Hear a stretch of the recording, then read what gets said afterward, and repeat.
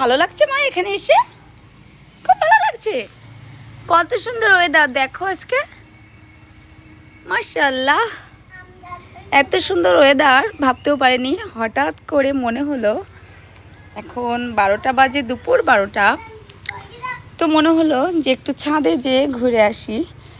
তো মামা সোনাও বলছে, তো ওই যে মামাম সোনা, আমি যেহেতু 12টা বাজলে একটু হালকা পাতলা নাস্তা করি, তো এখানে 2টা ডিম আর একটু ছালা তৈরি করে নিয়ে আসছিলাম।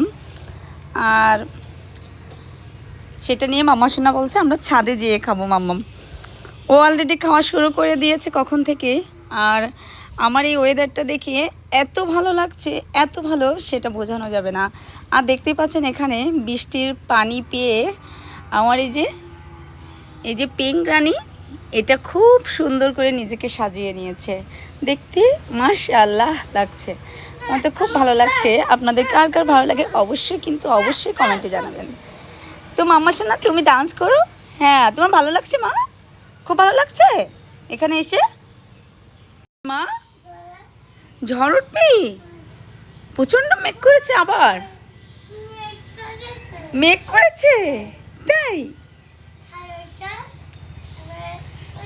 আচ্ছা বৃষ্টি হলে আমরা কি করব মা? কি করব বৃষ্টি? হুম, ঘুমাই পড়বা এখানে না নিচে? আসো আসো দেখি তো, তোমার গাছ কোনটা কোনটা দেখাও তো। এই পুঁইশাক গাছ তোমার? ও বেগুন গাছ লাগাইছিলে তো গতদিন। এই যে বেগুন গাছের এই যে এইগুলো হয়েছে, ওই যে তোমার বেগুন গাছ, ওই একটা বেঁচে গেছে, একটা বেঁচে গেছে, সবগুলা বেঁচে গেছে মাম্মাম। চলো চেটে নাই বলে। আর দেখুন ছাদের প্রতিটি গাছ কিন্তু সবুজ হয়ে গেছে।